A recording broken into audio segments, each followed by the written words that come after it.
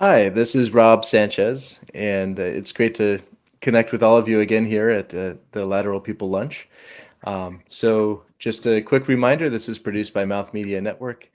We love working with all of you and bringing you great content. So please reach out, especially if you feel like you're one of the lateral people and you want to have a good conversation with us. Today, we are here with Benj Gershman. And Benj, I'm going to let you introduce yourself. Take it away. Okay. Hey, hi everybody.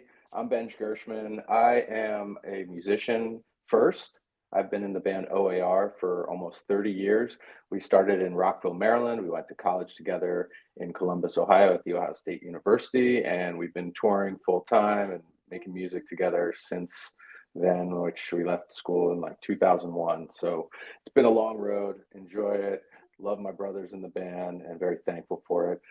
Most recently, I've been working on a new podcast, which will be releasing weekly episodes starting May 1st, and that is called What Could Be Bad? And we will be addressing mental health and wellness issues by having personal conversations. I'll be hosting and I'll have a guest, and we're going to talk about their experience and how I relate to it.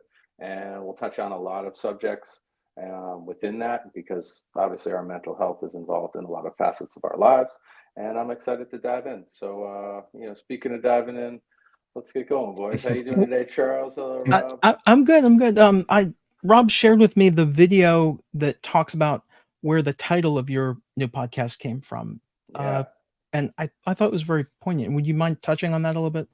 I'd be happy to. It's one of the most personal stories I've got, and it goes back some years to a time when I was losing someone who was very, very close to heart. My grandmother, Louise Chesler, at the end of her life, was dealing with dementia and Alzheimer's and also Lyme disease, and she was in hospice, and she was in Connecticut, nowhere near where I lived at the time, and I was told that she was in her last days and I should go and see her and say goodbye if I wanted to. And of course I did. Though I really never experienced visiting someone in hospice. It was very affecting. And you know, I had a very close relationship with my grandmother, and when I went there, I was already heartbroken, and I was deeply mourning to be kind of thing. I don't know if that's the right way. Like I was already grieving because she wasn't really there. And I went into the room and she was looking off out the window away from the door I had entered. And I said, "Hello, Granny. I'm here. It's Benj. I love you." I said, "How are you feeling today?" And she grabbed my hand. She looked right in my eyes, directly in my eyes. I knew she was there. It wasn't like the dementia granny. If you've dealt with someone who's had these issues, when they're there and when they're not. And she was right there with me, and she smiled and she said, "What could be bad?" And she looked away back out the window, and I could feel her hand kind of loosen, and she went away sort of in that moment, and that was all our exchange was. But that was the last words she said to me. And so, when I was trying to figure out what to call this thing that I wanted to do, having these personal exchanges with people, that really stuck out in my mind as a moment of kind of submission to her fate, but also an acknowledgement of contentment in her life. And it was a very dichotomous kind of thing to say, if that's the right way to say about it. And it really hit home with me. And I've thought about that in all my good and bad moments. Like what could be bad, what could be good. Like all of this stuff comes up. So yeah, we there's a little background noise. Sorry, guys. Yeah, Is that your daughter? this is my daughter singing. Yeah. I love it. She's got a beautiful voice. So yeah, that's the story of What Could Be Bad. That's where it comes from.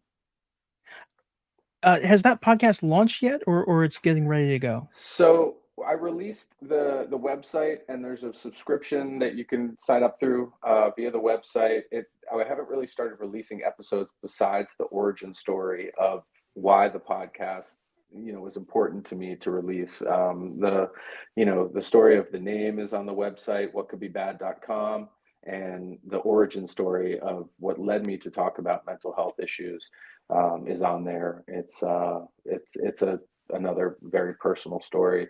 Um, it kind of grew out of just physical health issues that left some mental health issues unaddressed because I became disabled some years ago for like basically the better part of the pandemic. I got really sick with long COVID and had a resulting autoimmune disease, and from that I never really addressed my own challenges of the physical trauma that I went through, and it all surfaced afterwards after I'd gotten through all the stuff and could use my body again normally. I realized I had all this built up stuff going on inside, and it was really important that I address it. And then once I started addressing it and talking to people about it, it was actually very helpful to just communicate these ideas. And I realized there's a lot of these conversations, maybe that not just I need to have, but other people need to hear, and other people might want to have with me. And so that's where the idea kind of grew out of. And I'm really excited to bring it to people because I've already had a bunch of meaningful conversations, and I'm looking forward to a lot more that are scheduled and confirmed.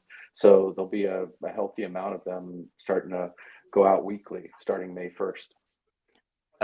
I've been dealing personally with Alzheimer's issues because my mom has it, and I'm actually in South Carolina right now. I'm down here a lot, just because she needs the support, and she's at the beginning stages, so she knows who I am, but she might leave the stove on. It's at that kind of point. Yeah. So I try to be around for her as much as possible, but I was amazed at the level of support that's available from Facebook groups for dementia caregivers. There's more information from those groups than there seems to be anywhere else. Just, you ask a question and they've got all the answers. That's wonderful. Yeah. And I'm really glad you're there with her, Charles, because one of the best things that I know of for people dealing with this is familiarity and conversation and communication with people that are close to them. So it's wonderful. Every minute you can be with her, God bless. That's a good thing. I'm trying. I signed us up for a pottery class a few weeks ago, and we went and did the wheel throwing thing, which she hadn't done since Awesome. the 70s. Yeah. And she picked it back up right away, which was great. I mean, she's a brilliant person. She's an industrial designer who's the first woman to graduate from the School of Design at North Carolina State University. She started their textile design program. She was an international design management consultant. I think she has 2 master's degrees. I forget. That's But incredible. Yeah.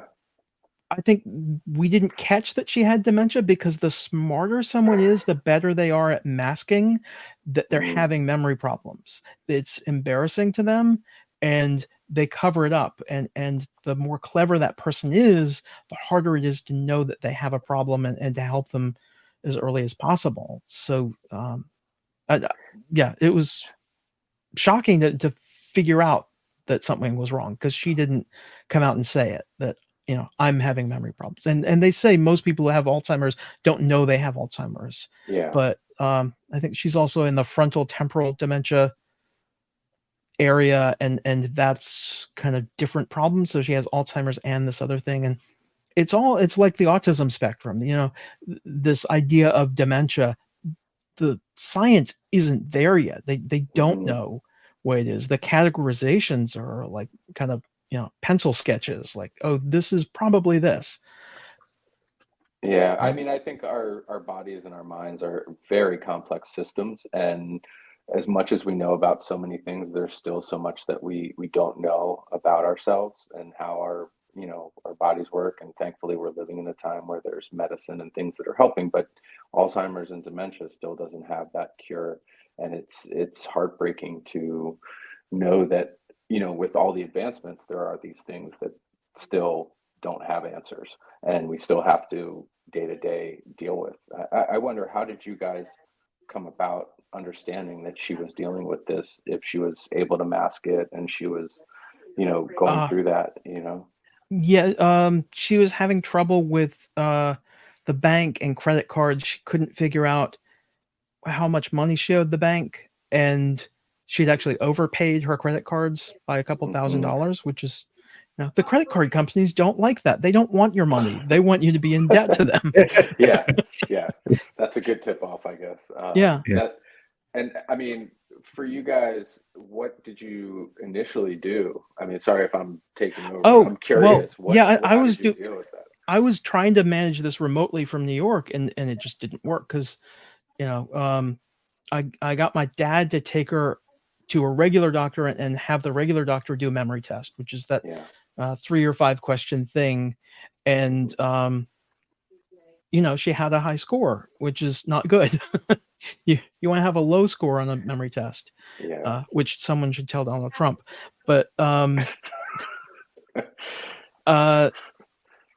yeah, so she did that, and then it took a couple weeks before she could see the neurologist, and then it was months before I could actually get an answer about what do you think she has? What's going on here? Is this a dietary thing, or does she have brain damage, or what is this? Yeah. And it took so long to figure out. The medical system's just not functional. Yeah, and I think there's a lot of challenges with healthcare these days. That's actually one of the things I'm going to be addressing in what could be bad. And I think for the advocates of people, it's even more necessary to understand that landscape and to become educated on how those things work. And it's like you can be as proactive as humanly possible, and it still can be Yeah. frustrating and difficult. Inside of the ASD community, when I work on housing stuff, and they call it the administrative burden. It's like the admin cost, the time cost, the amount of research you have to do, the amount it's all shifted to the individual and the caretakers, and there's not anything in place to really support with that. And if you think about it, you're adding an extra job or two on top of what you're typically handling. Being a caregiver for someone with dementia, statistically speaking, your lifespan gets shortened by being the caretaker for a person with dementia, which is kind of I had not mind-blowing. heard that. Yeah. Is there, like, what is the specific cause of the shortened lifespan? Well, I think you could just get burned out Stress? over and over and over. It's Yeah. stress. Yeah. Yeah. Have Stress you is a seen killer. have you seen the dementia villages idea before? Oh, No. they're kind of wonderful. Oh, Yeah. Yeah. Where people entirely with dementia are the population in those Yeah. villages. Yep. Yeah. Yeah. And they're designed so you can't wander outside, and but it still feels like you're somewhere. It's a street with a little park, and yeah. That's fascinating. I would love to read some data on how those improve the quality of life. I'm sure that's a helpful thing. Yeah. Do the people feel better? Do they enjoy their days more? That's really what I feel like things come down to, is the quality of the life you get to have when you're Yeah. dealing with any kind of a health issue, whether it's mental or physical, and also for the families, right? Like if your mother is in a better place, so to speak, like in a village that she's cared for and she can't, be in any danger, that's probably a lot easier on you and less stressful. And also it's like to know they're happy in whatever way they would be. I mean, would that feel good to you, Charles? Is that something you would be open to, just out of, while we're talking about it? Well, I think we're going to try and keep her at home as long as possible. Yeah. But I think there's only 2 or 3 of those kind of in a small scale test case in the US. I see. But I think the big one's either in Belgium or Denmark, where it's a larger scale thing that they've done, and the data is coming out of that, but there aren't a lot of finished reports on that yet.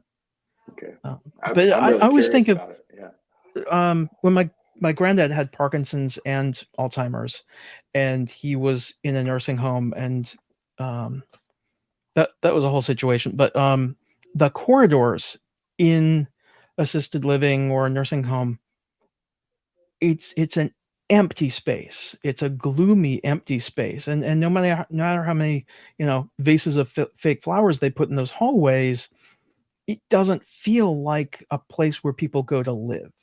Yeah. And that idea of having a street they could walk out into, and there's a duck pond, and they can go sit on a bench and be under a tree instead of only being able to go to the activities room in the cafeteria and then back to their room. It's such a different, higher quality of life experience. I think that's what the data is going to prove out. Yeah, it seems like it would.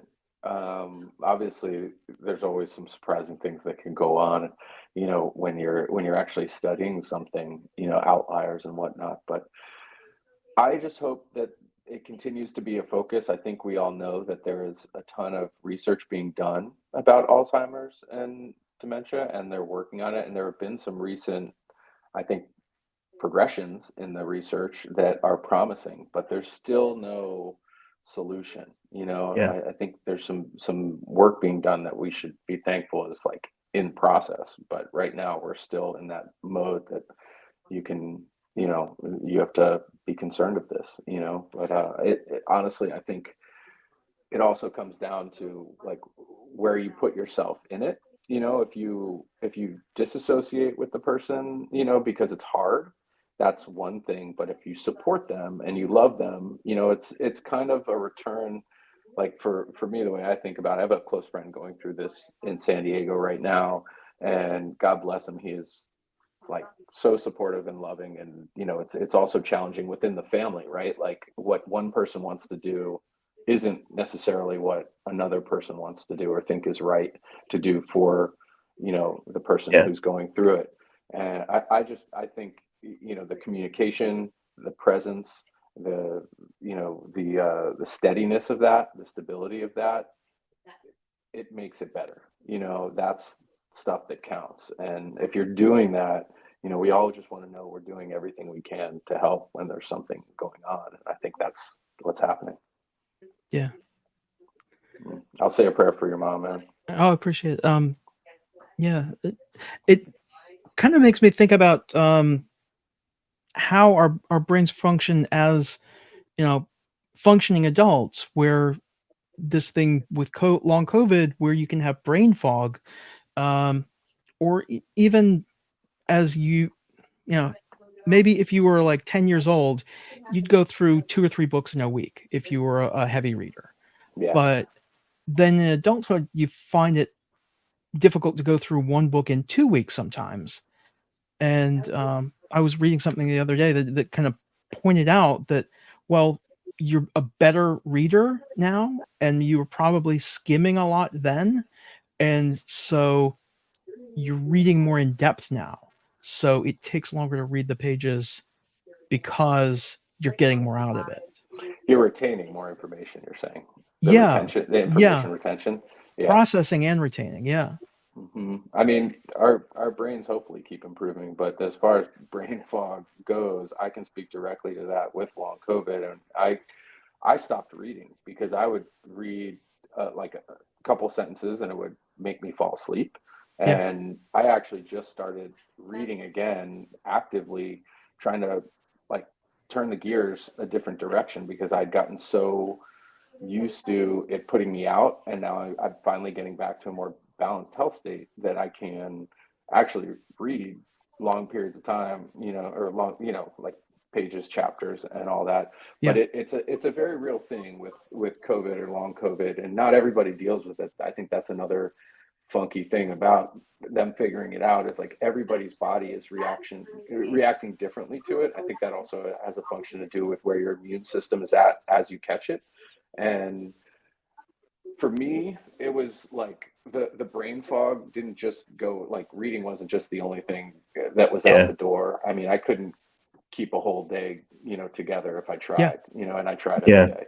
I wasn't able to focus on my kid, just like the conversations with my wife were totally irregular. It's a hard part of it. Yeah. One of the things that happened with me, so I got COVID for the first time a couple weeks, like a month ago, month and a half. Hmm. And what I discovered was that my ability to regulate anger was gone. I would get very angry and for no reason. And like simple things that I knew, and it wasn't a reserves thing. It was like that regulator switch was gone. So that was a little strange for me. No, I have the brain fog fairly often due to celiacs. When I have a celiac attack, I usually have 48 hours of brain fog afterwards. Hmm. And yeah, it's impossible to do simple things. I remember getting it right before finals in law school, having an attack, and then sitting there and staring at the page for the first hour of a 3-hour exam. Like I just couldn't, I couldn't do it. I totally get it. Yeah. So That I think is a heartbreaking element of what you go through when you're not yourself, right? Like there's all these pieces of our identity that make us feel like who we are. And when we shift out of that, it's a very jarring moment to recognize, like, just to take your case. I mean, celiac is a hard thing to deal with because there's so many things, and like if you're not super careful when you go yeah, out to a meal with your family, you might get hit with that. I also think it's like it's a hard thing too because there's a lot of social pressures when you go out to a meal. Forget alcohol and all that stuff, but like, are you sharing or whatever? And oh, try yeah. this. Like this is great. Try this. And it's like I don't know what's in it. Like can I see the ingredient list? Like that's not always an easy thing to go with and say, but you want to protect yourself and you don't want to be in that position where you've got 48 hours of, I can't Yeah. operate to my Yeah. best function. Yeah. And Especially if I'm the driver. It's like, how are we going to get home? yeah, that's Yeah. Yeah. thankfully, I guess there's Uber, but we don't Well, want to have to and call. whenever I have a restaurant and the server is like, I'm not sure, but you'll probably be okay. I explained to them, well, I will be here for the next 24 hours in your bathroom. Yeah, So yeah, you probably want to be sure. And it's not just yeah, because, like I'm not the only one totally. who's going to be bearing the brunt here. Yeah, So I never understood that yeah, kind of response from servers and yeah, restaurants because it's to me a responsibility where you're like food is a gift, that we're all lucky to be able to have, and to go out to a meal and want to make sure that it doesn't affect you negatively, yeah, like it's beyond it just being sustenance. It's like, you have the right to yeah. know what's going in your body.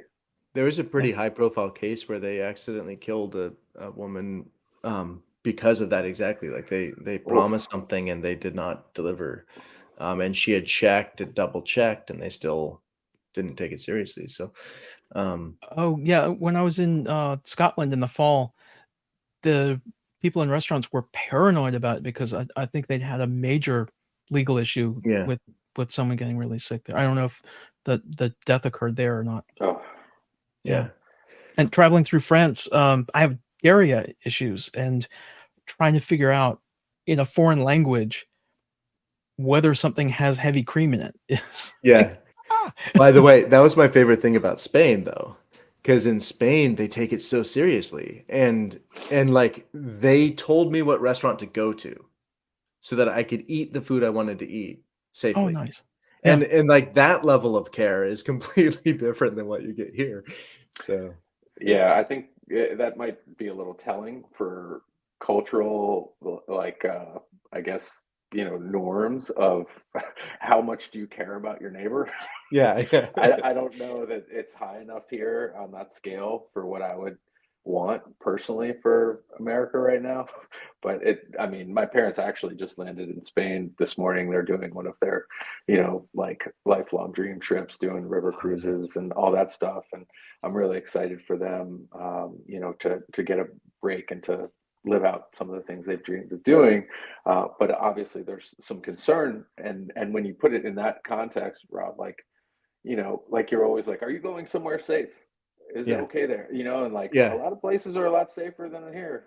This is not necessarily the safest environment, to do anything here in America. We feel safe, I think, but we're worrying about all kinds of things these days, and it's yeah, not that we want to. It's just part of the life in America now.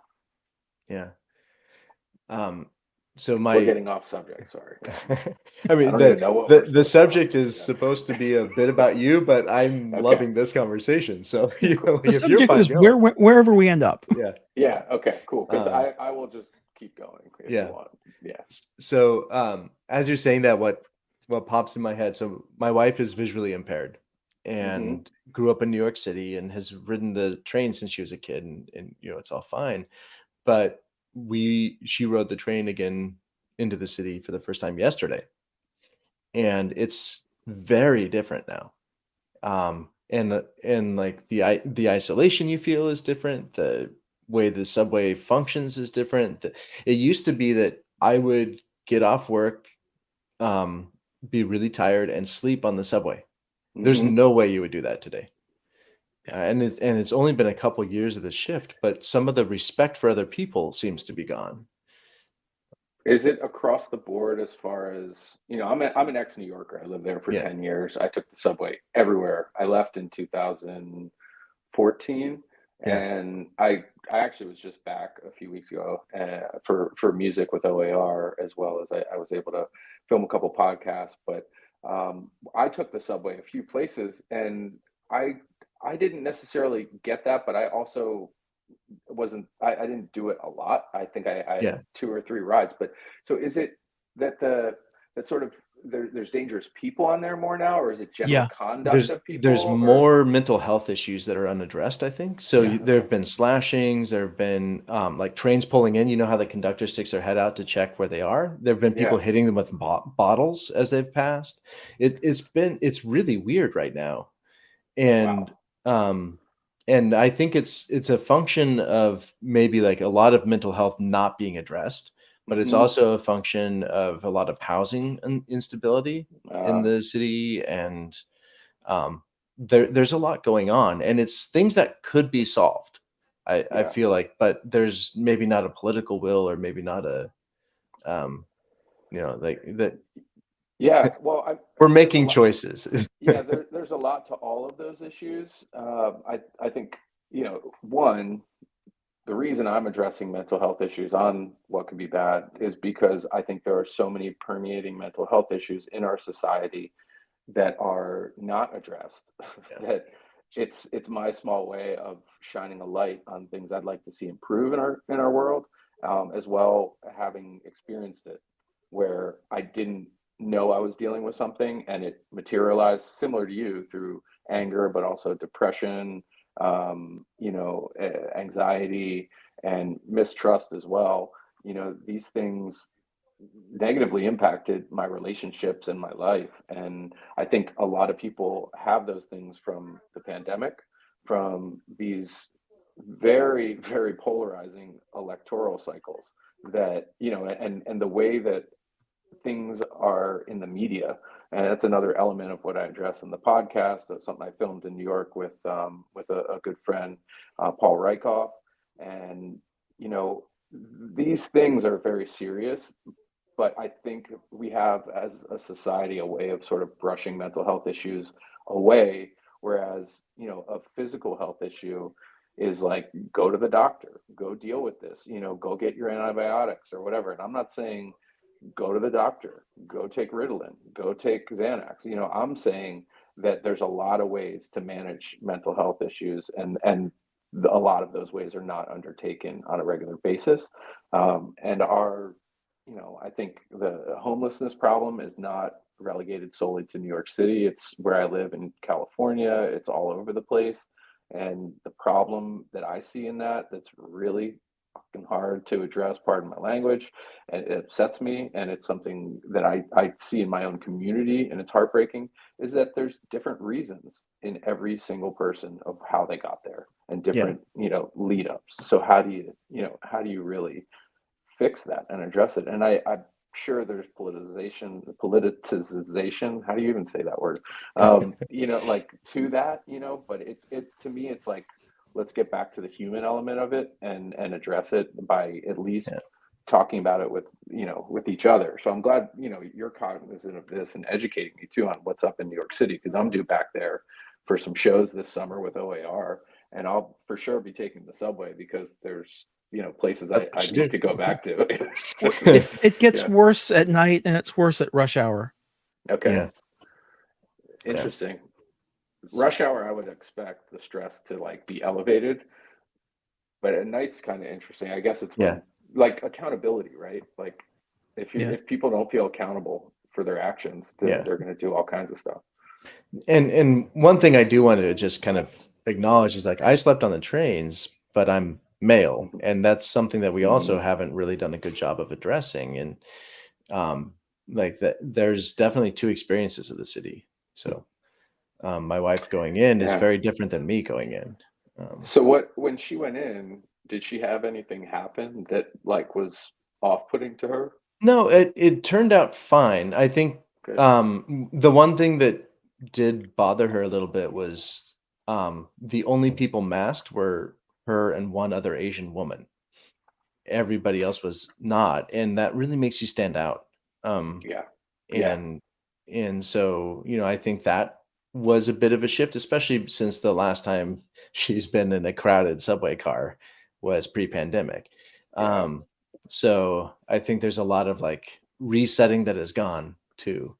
Um, and when you're in it every day, we have friends who rode the subway all the way through the pandemic and didn't like it never impacted them. Change there. Yeah. Yeah. I personally just switched to building in the time to walk and I cluster meetings so that I'm within a 1 mile radius. But That's great and super healthy for you. oh yeah, yeah. Although sucking in the fumes, I'm not sure. Yeah, there is that. Yeah, But I think generally you can't really change the place, but you can change what you're doing for yourself, you know. yeah.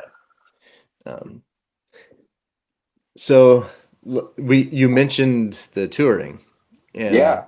one of the things that I'd love to learn a bit about is what's the lifestyle like, and like what comes with that, and how has that shifted over the years as you've gone from like early days up till now?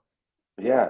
When we started out, we were kids, you know. I Yeah. was 16 when we put our first music out, and I think there was a youthful exuberance, you know, to that. We had dreams and ideas, and it was like a, you know, go at them full steam ahead, don't stop, tour all the time.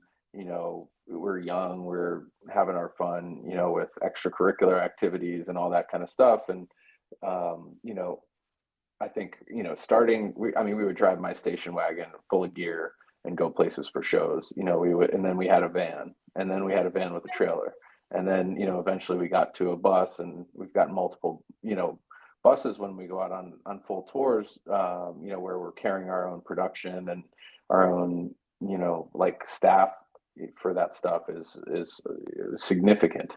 So the change I think has really been about like maturity and growth, where we know the economics of it and you run it as a business in order to keep doing it.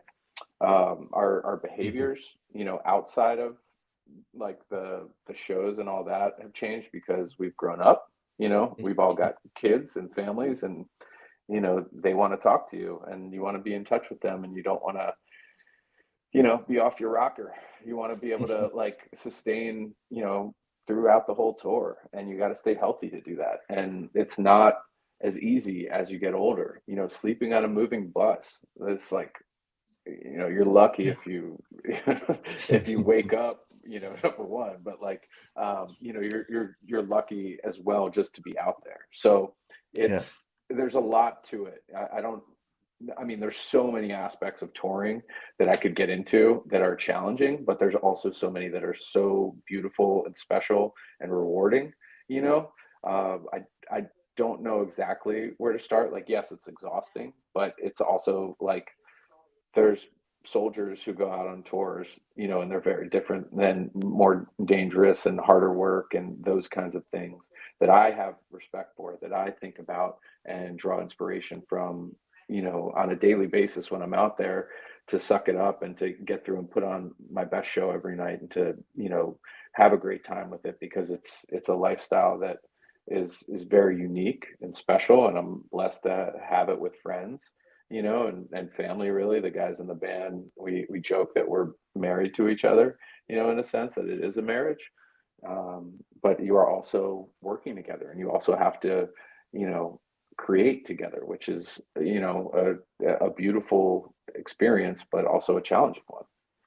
I was just reading Well, I'm only into the first chapter of Charlie Chaplin's autobiography, Oh and wow. he's talking about growing up, at the turn of the century in London, Victorian London, really, and his mother and father had divorced, and his mother had lost her voice, and she was an actress, and she couldn't go up on stage and sing, and um, it ended uh, in a very dark place there. But Mm. his father was an actor who's doing really well, but had problems with alcohol. And he said almost every actor in London at the time had problems with alcohol because you were expected to perform on the stage and then go hang out in the bar with the customers for a couple of hours because the theaters made more money on alcohol sales than tickets. And so you were expected to not just entertain on the stage,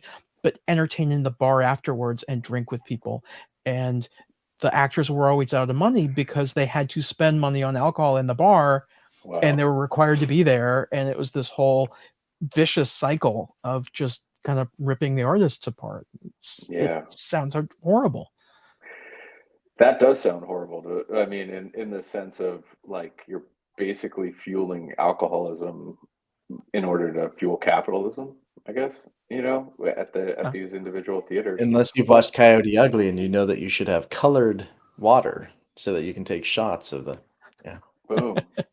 I have watched that and I forgot about that neat little tidbit.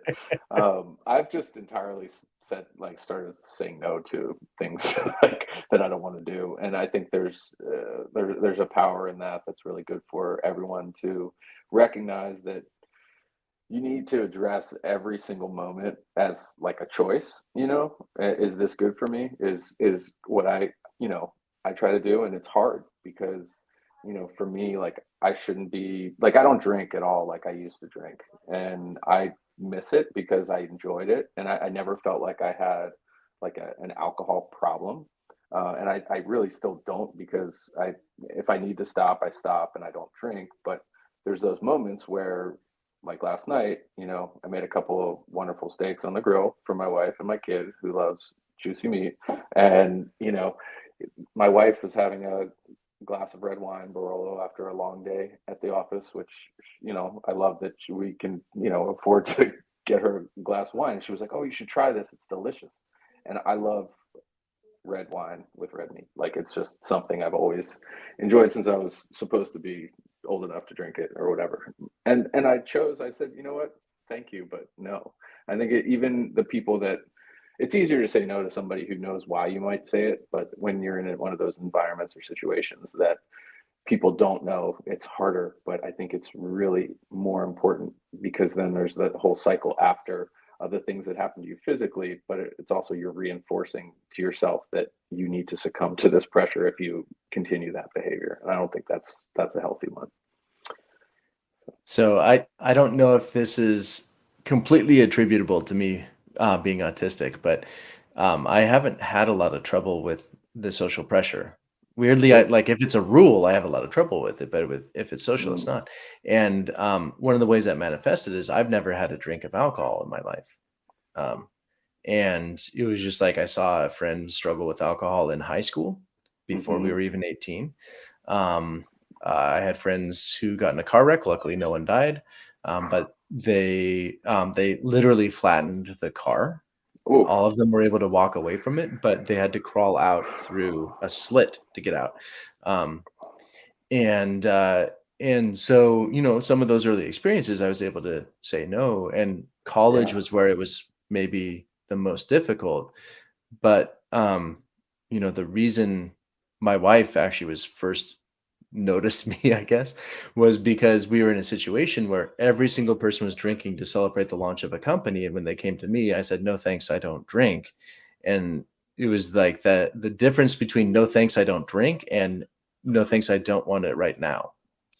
And she liked the fact that there was just a line, and it wasn't, it's not a moral thing or anything like that. And it's just I had made a decision and never changed it. And Great. I keep wishing I could do that with other things though. I So mean, maybe you can. You know, Uh, if you how did you definitively choose that you just weren't going to ever do it? You know, I don't think that you yeah, there was I just don't this moment where it's like, just in this lifetime, I'm not going to. You know, like, next one maybe, but this one I'm not. And that's different than, like, I'm not going to, I don't know, like, play a video game at night or, um well, yeah. because I think that you're making that choice over and over again. Mhm. You're deciding in each of those moments where somebody's offering you or there's an opportunity to continue to make the same good choice for you. And I Yeah, think that's something that we all need to keep doing is to find those things that are healthy and continue them, you know, and I don't think I mean maybe it's part of how your mind works, you know, yeah. that's possible. I'm just seeing it as like, you know, it's a choice you continue to make.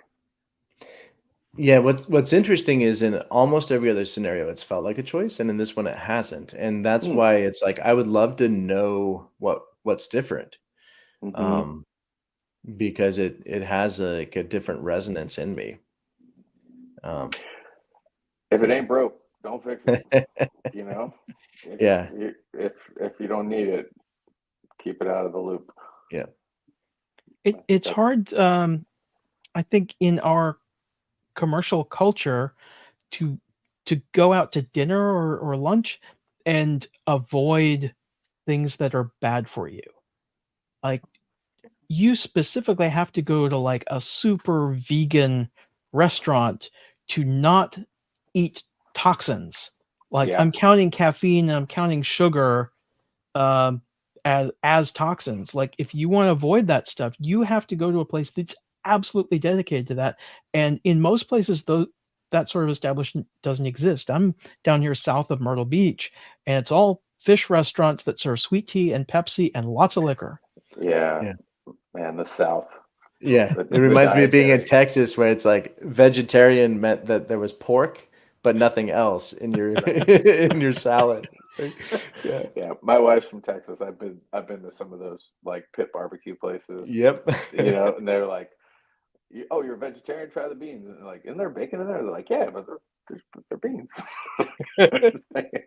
Okay, I don't know if you Yeah. understand right now, but it's an interesting thing. I think you know what we put in, you know, in that regard. Like to your point about toxins, Charles. I mean, they're everywhere. I mean, you know, I read a study recently about rainwater and that all the rainwater on our planet now has microplastics in it. Yeah, and acid. Yeah, that's horrifying. You know, Yeah. the fact that there's no fresh, truly fresh water left. That is Yeah. a wild thing that we are living in the time, and it's because of us. Because when did plastics come around? Yeah. You know, like the Yeah. last 100 years or something. I haven't Yeah. bothered to research that. I Have you just know seen they're a the huge studies problem. on plaque? Like, the plaque in the heart now is, Hmm. associated with microplastic accumulation? Mm. You Really? know, So, yeah. I was just reading a really interesting thing on. Have you guys heard of this new app and community called the Pump Club that Arnold Schwarzenegger and No. Jordan and Adam Bornstein check it out. It's actually pretty Okay. cool. I think they if nothing else sign up for the email list because they do an email a day, and they I'm opening it up right now because I want to read about there's a new heart attack test, and they literally I just was reading this morning with my morning coffee. It besides this is one little tidbit. It says coffee drinkers take an average of 1,000 more steps per day than non-coffee drinkers. Was one of the tidbits that I want to mention while we're on caffeine. It might not be all bad. There's probably some other things, you know, Yeah. that it doesn't do in a good way for you. But the heart attack test is there's a new thing called the coronary calcium score, CAC test, and it can help you spot the signs of heart disease before it's too late. And it says the calcium is indicative of plaque buildup to your point and can help determine your risk for a future cardiovascular event. And so with that, if plastic is part of that, that is, Mhm. you know, I think it's almost like a compounded problem because there's so many fats and, you know, with Yeah. ultra processed foods, the things that are getting stuck in our systems, you know, not only can affect our heart, which obviously is a killer, but I think there's you know, a lack of understanding of the gut bacteria and your Yeah. microbiome and how important healthy balance of that is to all the functions of your body. And I've had to learn this the hard way because mine was not in order, and it probably was a big part of why COVID hit me so strongly. But of course, still, just like Alzheimer's and dementia, they don't have the Yeah. published research, and they don't have all the answers on this stuff, which is also why I want to address that in some capacity. So what I'm saying is these things are all very serious, and you know there are dangers in the rain. There are dangers at the restaurants. There are, you know. So what do? You know, you try to Yeah. make good choices, and you try to learn on your way, so you don't, you know, get into these situations that are unchangeable. You know, Now and the yeah. gut biome, I think that's like a really interesting thing to learn more about. Um, Hmm. because like you were saying, like because toxins are everywhere, because issues are everywhere, building up the defense mechanisms becomes more important. Um, and you know, like one of the things, so with celiac, when I have an attack, I lose the gut biome completely and have to rebuild. And that's usually why there's the brain fog. Oh, Um, I didn't know that about it. Thank you for yeah, the and and education. and that's for me. I don't know if it's the same with everyone else, but it's like it flushes the lining of my stomach. And when that is removed, you have to rebuild everything that was there before. And like a lot of so people drinking diet sodas because they want to avoid the sugar, that Hmm. actually kills the gut bacteria.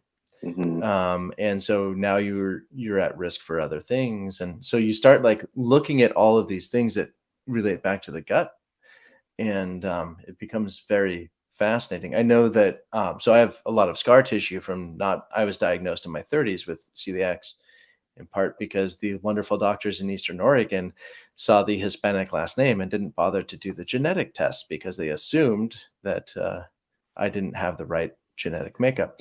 Oh, Um, interesting. so when you look at um, the like I have all the scar tissue, so I don't absorb vitamin B properly. That's linked to schizophrenia. My grandmother, who was never treated, is a paranoid schizophrenic. And so you start seeing like all these threads that come, and so many of them come back to like the health of the stomach, and Yeah. it's amazing. Um, I think we're steadily gaining an understanding of how many effects it can have to, you know, have your stomach be off, to have leaky gut, to, you know, have your microbiome be off, to, you know, have your stomach lining have to rebuild itself is a big problem for a lot of people. And I think, you know, with that, people like might look at it as like an all or nothing, you know, like, okay, so I got to cut out all these things, you know. And I think there's a stress in doing that, you know, that you have to do things like so rigidly. Um, my dad's that direct like quote is, "What's the point of living if I can't eat wheat bread?" So your dad is making the same point I am. I love it and I appreciate it. It is like if you go at these things and you're trying to change your diet and you're trying to be mindful, don't beat yourself up if you exhibit the flaws that we as humans have, right? Like you can eat really well most of the time, but if you break down and have some, you know, like some sweets or something, it's not the end of the world. It's just know your lane and try to get back there. You know, don't stay out of your lane, you know, so much that you know, you miss all the things that make your life worth living, like wheat bread. You know, Yeah. or like know where your wheat bread is coming from and try to get what do they call ancient grains? What do they call, is that what it is? Yeah. Ancient quinoa and grains. amaranth, and yeah, Yeah. Yeah, those things affect you way lighter, if not at all, you know. So there's ways around this stuff, right? Like you just have to be mindful and attentive. Moderation in all things, especially moderation. yeah. That's a good one. Haven't I heard I, that one.